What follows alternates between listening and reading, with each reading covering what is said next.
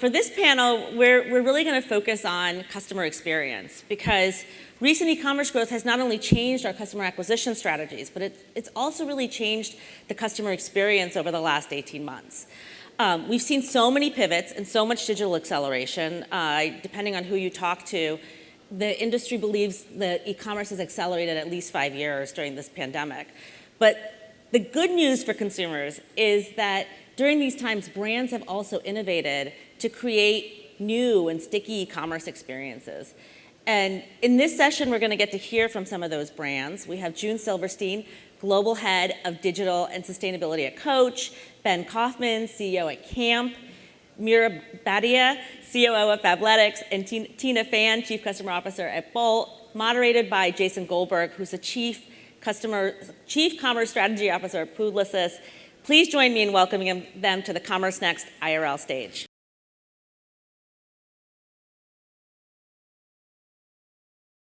Wow, 4 of us take a lot of stage space now. This is impressive. I'm super excited to be talking to people in person and not talking about the pandemic. Let's do it. That's exciting. Awesome. So as Veronica mentioned, we have an amazing panel today. I want to start by just kind of grounding everyone in a little about each of our panelists. So Meera, can you introduce yourself and tell us a little about yourself? Sure. Hi, I'm Meera Bhatia. I'm the COO of Fabletics. I have been with Fabletics for about 1.5 years. I oversee all of our operations, technology, media, business. And let's see, prior to Fabletics was the COO at Stella & Dot. And prior to that, my career has been mostly technology companies. I was at LinkedIn, Microsoft, and Expedia. Awesome. And you are, like, it's not really well known, but you're the most famous person at Fabletics. Oh, yeah, I am. Yeah. Don't you see me in all the ads? Yes, yeah. It's amazing. I don't know how you do it all. Joon, can you introduce yourself? Yes, hi, I'm Joon Silverstein. I'm the Global Head of Digital and Sustainability at Coach. I've been there for about 7 years. I lead global digital or e-com businesses, customer experience, North America marketing, and our global efforts around sustainability for the Coach brand. And prior to Coach, I worked at several brands, Louis Vuitton, Victoria's Secret, and started my career in consulting at BCG. Tina. Hi, everyone. I'm Tina Fan. I'm the Chief Customer Officer at Bolt. We are a shopper experience, checkout experience network platform, and I lead all the customer-facing teams that work with many of our merchants as well as consumers. Awesome. And then Ben. Hey, everyone. I'm Ben. Co-founder of a store called Camp. We're a family experience store based here in New York. Awesome. And we are talking about customer experience. Ben described his business with experience right in the title. Look at that. I think of Camp first and foremost as a physical experience. I imagine that's not the perfect positioning in a pandemic. You said you didn't want to talk about the pandemic. I know, but I feel like you were pretty clever about bringing the Camp experience beyond the store, so I want you to share that. Absolutely, yeah. So we had the absolute worst idea you could have going into a global pandemic, a 10,000 square foot experiential toy store where kids climb on things and lick things, and it couldn't have been worse. But we closed our stores on March 15th. On March 16th, we launched virtual birthday parties. We were the first company to do virtual birthday parties. We held over 50,000 kids' birthdays last year. Birthdays were a great way for us to start our like digital extension of the Camp brand, because not only is it a celebratory thing and an experience, but there's obviously gifting that went alongside it. We then kind of continued on through the year and did things like the Camp White Elephant Party platform, which enabled families and coworkers to go ahead on the website, buy a gift, wind up in a virtual game room, unwrap each other's gifts, steal gifts from one another, and then we wound up shipping the right gift to the right person. So anyway, the pandemic was good to us because it kind of kicked us in the ass and said, try to figure out how to make an experience on the internet instead of just in your stores. Yeah, and out of curiosity, do you think those digital experiences will stick? Like once it's super, let's imagine a happy phase when the pandemic's completely behind us and people are flocking back to the store. Like, do you envision that being a sort of a permanent part of the omnichannel? I hope virtual birthday parties die the hardest, fastest death you could possibly. I mean, that is just the saddest thing you could ever witness as a parent, is like a virtual birthday party. But other than that, like virtual gifting, game-based e-commerce platform, all that, I think that's there to stay because of hybrid work environments and things like that. But virtual birthday parties, I would like to just murder. Yeah. If I'm on the jury, I will not convict you for that murder. And side note, we'll talk this afternoon about how things are coming back or not. But Camp has a store right here on Columbus Circle. And I popped in there at the beginning of the week, and I couldn't get in because there were so many celebrities with their kids playing on all the apparatus. So I feel like Hoda Coffee had to make room for me to come in the store. That was pretty fun. I'm glad you went when you did then. Yeah. So I want to bring everyone into the panel. And Meera, you guys I think of as having sort of a digital-first experience anyway. So talk to us about what's unique about the customer experience at Fabletics. Yeah. So, Fabletics was really born out of sort of this belief of fashion meets technology. So we very much are digital from our roots and our beginnings. We have our own proprietary technology that we've built that we refer to as Fashion OS that drives all of the touch points of our experience. And I think what that allows us to do, it's running in our Omni Suite technology is running in our retail stores. Our Fashion OS capabilities are running our e-commerce capabilities. And that means that we have a very unified digital experience for all of our members and our customers across all of both online and in person. So when we talk about omnichannel, I think we really do omnichannel as one integrated shopping experience. Somebody can come in as a member into our Fabletics retail store. We know what they've purchased in the past. We know what they go try on in the fitting room. That's all digitized as well so that we can tailor our experience online. So it's very, very much digital touch points sort of weave through the entire member experience for our customers. Awesome. And I want to come back to that sort of single view of the customer a bit later, but the wildly breaking my pandemic rule, did your experience have to evolve for the pandemic? Everybody had to evolve really quickly, right? Obviously, no, we had. It's a rhetorical question. Yes, thank you for the setup. Yeah. Yes. I should have come to the rehearsal. Obviously, we were digital first, so we sell online. That was our primary channel, but we do operate 50 retail stores throughout the U.S., and those shut down in a matter of a week. So we had to evolve quickly. If it was everything from, we felt strongly that we didn't want to, for example, lay off any of our retail associates in the middle of a pandemic. So instead of furloughing them or laying them off, we redeployed them to be omnichannel associates, helping on our customers who are all now shifting online. We had to move quickly, listening to customers. Obviously, when we did start to reopen, reconfigure store space, think about moving racks further apart to allow for social distancing, introducing buy online, pick up at store, which you could say maybe many had before. We didn't. We listened to our customers. We knew we needed to accelerate that. So yeah, a lot of change. And then let's not even get into kind of what was going on in the world of transportation, supply chain, all of that. That's a topic. I heard that's a panel. thing. That's a thing. Yeah. Still is a thing. I don't know if you've heard that. Yeah. I had an inkling. Tune in this afternoon for supply chain again, I guess. I'll be here for it. Yeah. And from your perspective, is the necessity of invention? Did some of those omni-channel experiences that maybe you weren't a first mover in, are you going to benefit now permanently from having those? Yeah, I think consumer behavior has changed for the good. I share the feeling that virtual birthday parties, virtual parties are, I hope never to attend another one ever again.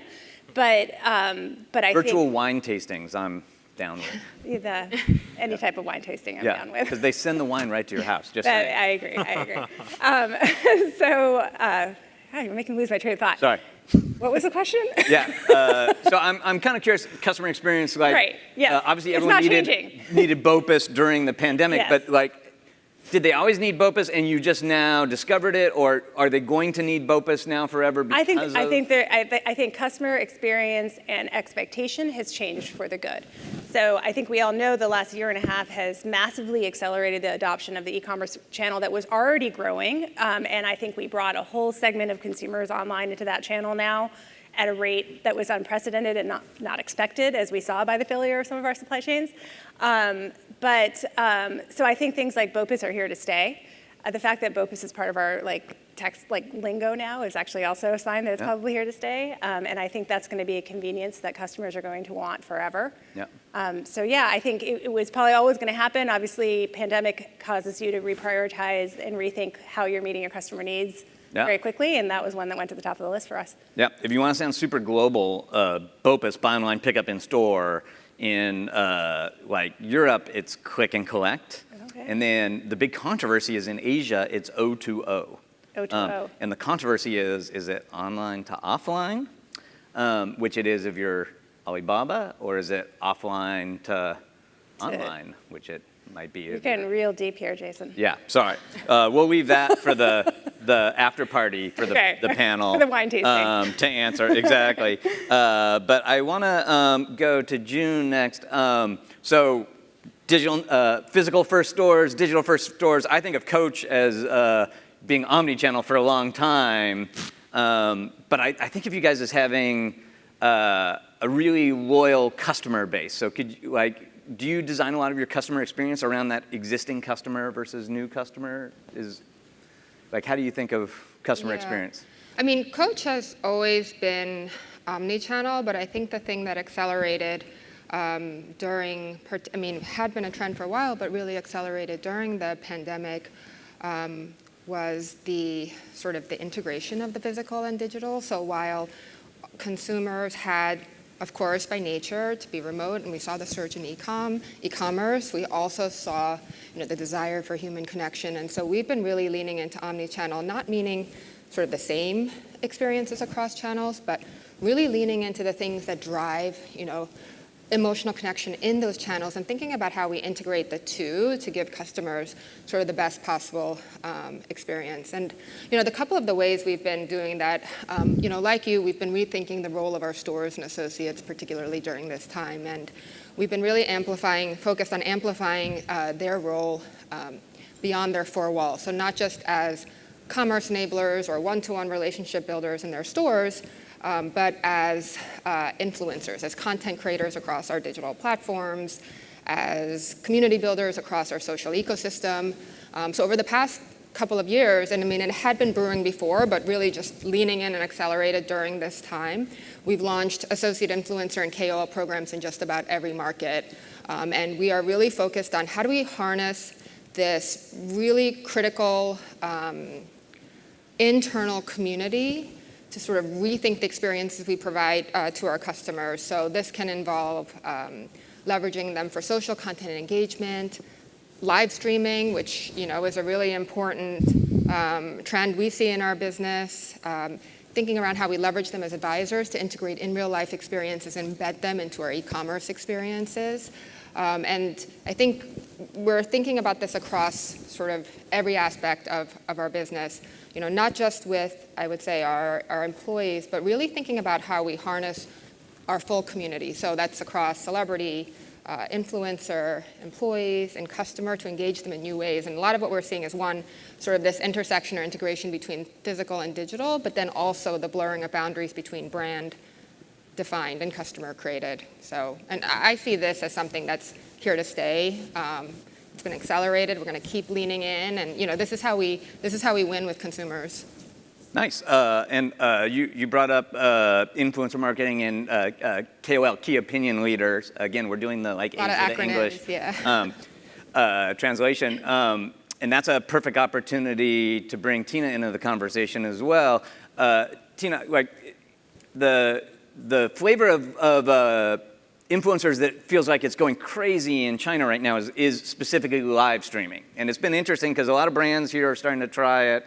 And I would say the early indications aren't as slam dunk adoption as they are in Asia. In my premise, which I'm usually wrong, side note, but my premise is that that's because we have a less mature digital ecosystem here. And by that what I mean is sort of universal ID, and specifically in the case of live streaming, it's a digital wallet. Like if I am on Jingdong Live in China and I see something I want, there's zero friction.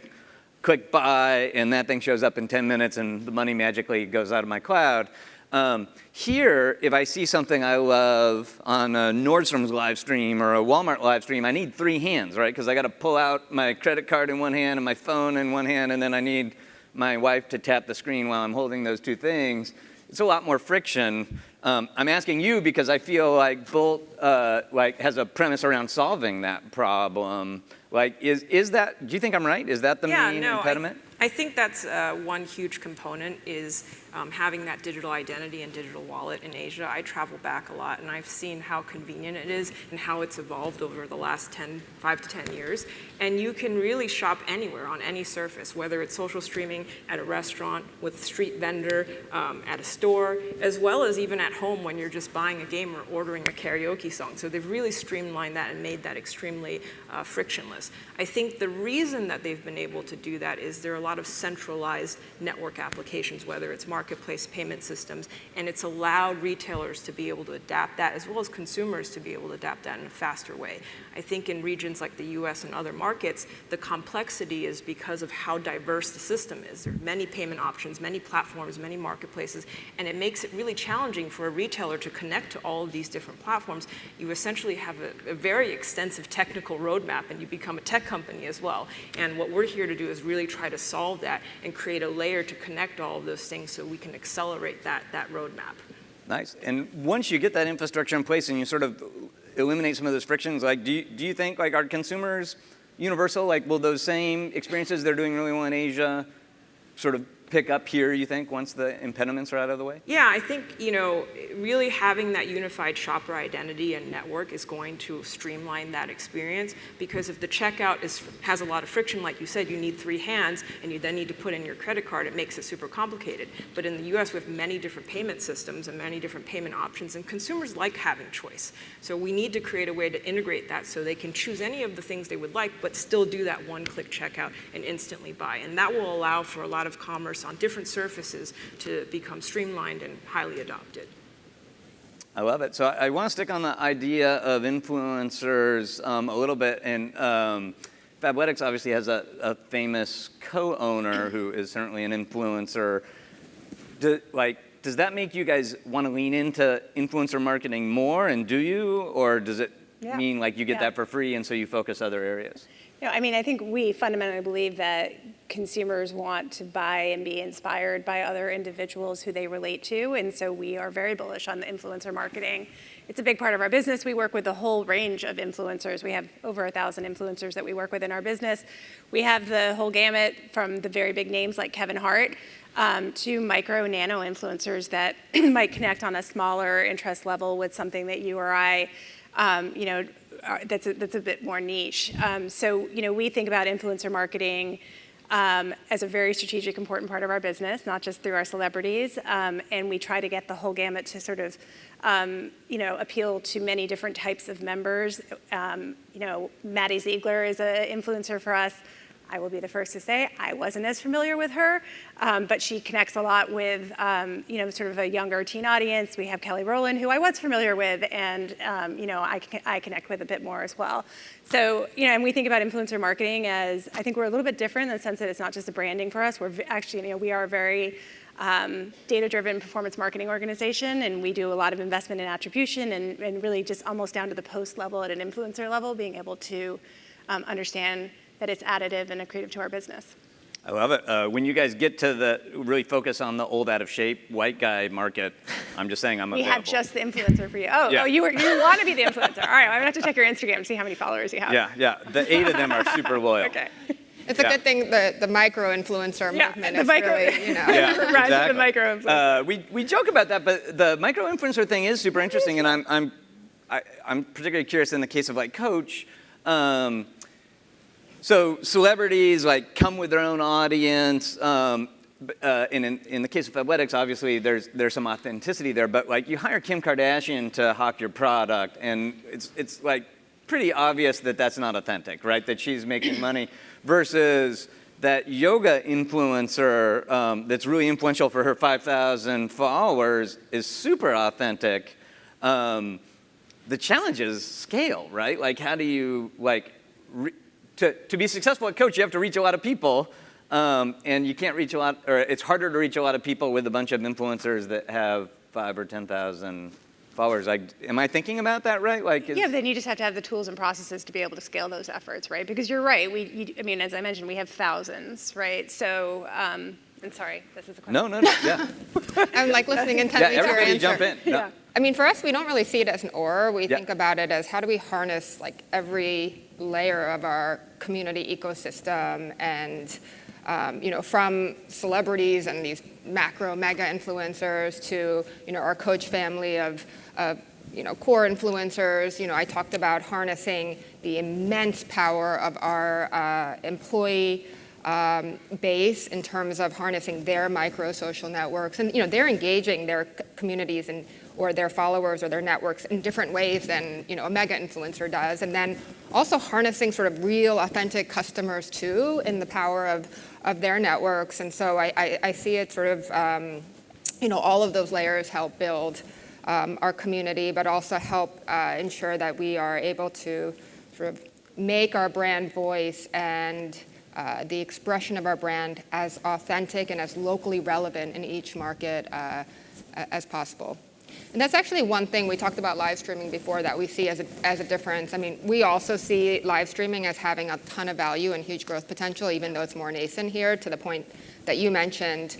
Technology is still catching up. I think social commerce wasn't as embedded in daily life the way it is in China, but the underlying needs and behaviors are the same. But we see here in China, it's really been driven by these macro and mega influencers, like just insane. You can't even believe it. And here we're really focused more on the micro for us, and seeing tremendous, engagement and here and an area that we really want to further lean into. Yeah, it's funny. The scale is so wildly different everywhere. It's like almost like what you might call a micro influencer in China is a mega influencer here in some ways. Ben, I want to expand the conversation on influencers a little bit because, Hoda should be an influencer, I feel. Yeah, like. I mean, now that you told me that she's a customer, sure. Yeah, I have her number. I'll hook you up after the thing. But like one of the things that's interesting to me is, you think about the options for most consumers to get toys, for example, these days, and it's a bunch of mass merchants where you're not going to get any sort of product expertise or high touch interaction. You guys have these subject matter experts that are awesome, and I'm traveling and I'm taking 3 games home to my kid because you. All right. Nice. And I apologize for not remembering the name of the sales associate that helped me, but he should be an influencer. Is Bald there? guy? What's that? Bald guy? Was he bald? Yeah. Mark. Okay. Counselor Mark. Yeah. So is there ever any thought, in an omni-channel world, to sort of syndicating that subject matter expertise from your store outside of the store? Is that? Yeah, absolutely. There's 2 main dynamics that happen at camp that are, I think, a little bit unique to us in the category we're in. One is our counselors, the staff in our store, we consider them the celebrities. Because camp is such a ritualistic visit, 50% of our customers come once a month or more. 17% of our customers come once a week or more. We get woven into that family schedule. When kids run in, they ask for their counselor. Where's Charlene? Where's Mark? Where's Nora? And that's awesome. And being able to go on our website and see Nora's top picks this week and so on. We think about what we're doing is creating these little celebrities in our staff, which is a model we had at BuzzFeed, and we're trying to translate over. And then the second thing that happens, which is probably what you witnessed when you're at the store on Monday, is that camp has done very little marketing in the 3.5 years we've been in business, but mommy gangs just run really strong. We are a awesome free indoor place where your family has fun together. And if we do that, chances are they're going to tell their entire network, and that is the most authentic marketing we can do. Yeah.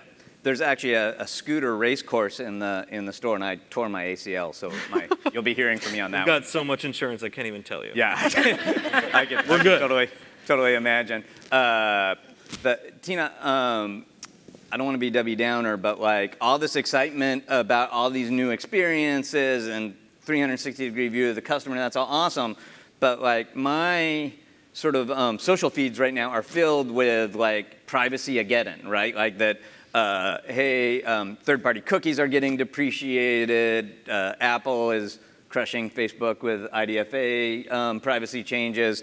And then now, like Apple just rolled out a new OS. Like now suddenly, like all email correspondence is super anonymous.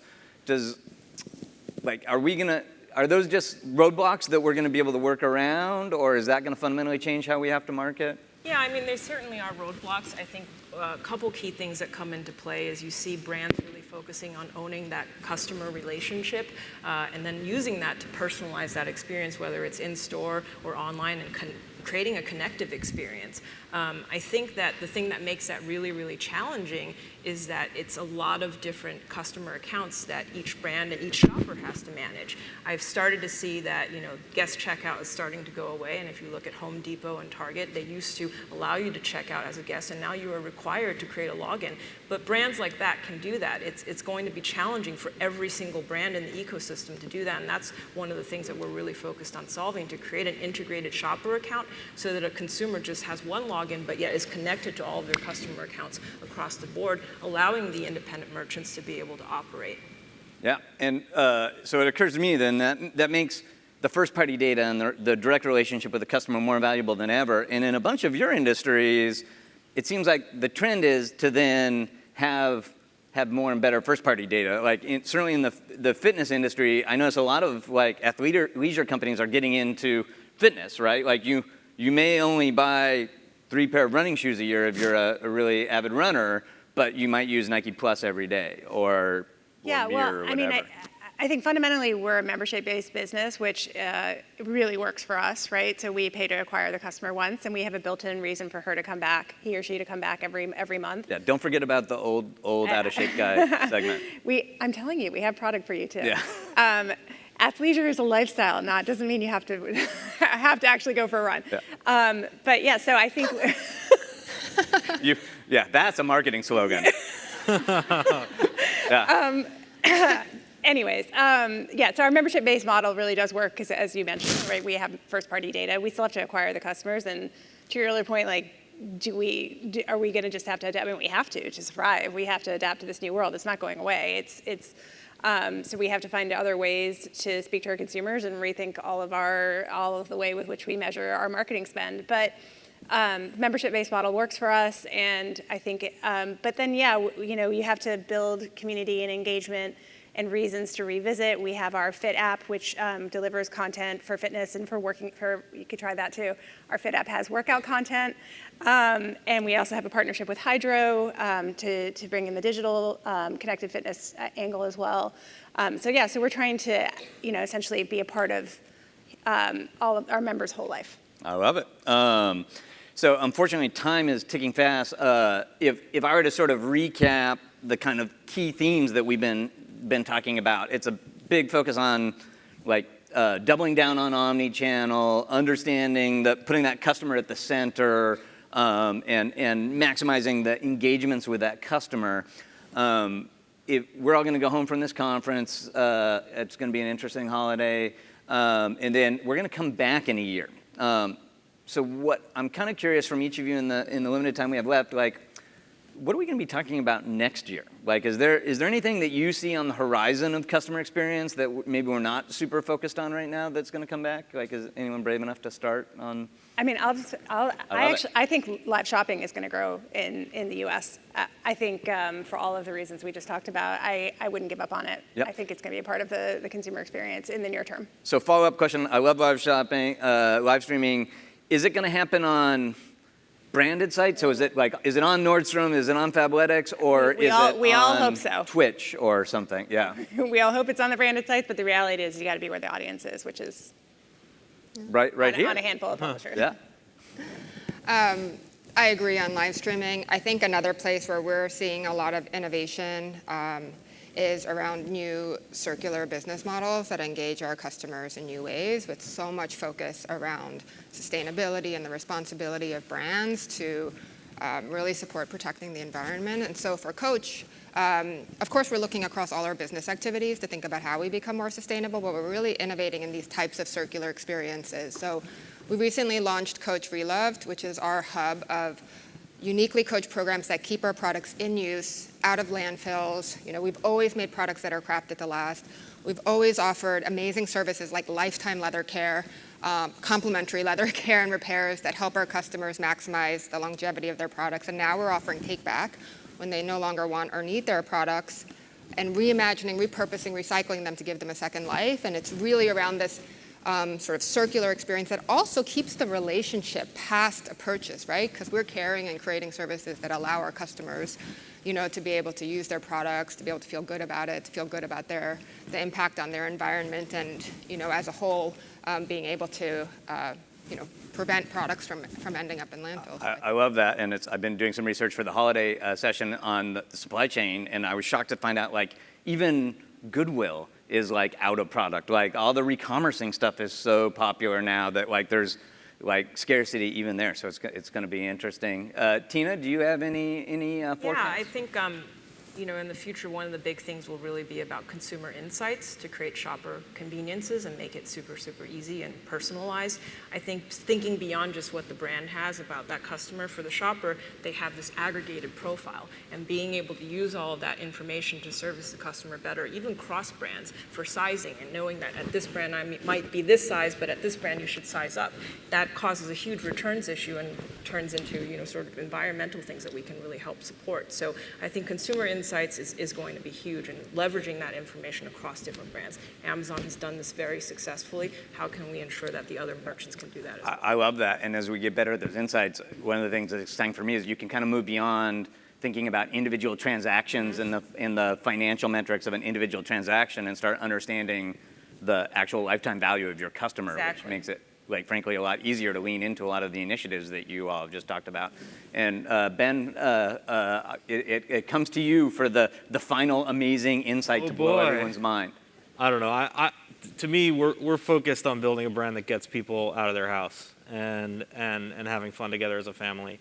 And so I think we are very focused on all of our digital properties, being a brand that helps people smile is where we're focused, and what that means really changes based upon what's going on in the world, and we'll continue to ebb and flow with the environment. I love it. And if for anyone in the audience that hasn't figured out that Ben is more aspirational and energetic than I am, the poor judgment for today is his wife is at home about to have their third child. So I feel like that's why I'm wearing the mask, just in case. Yeah, he should be there, not here. But I'm grateful that you're here. But look, we have run out of time. I'm super grateful for all of your insights. If we could give everyone a big hand. Thank you guys very much.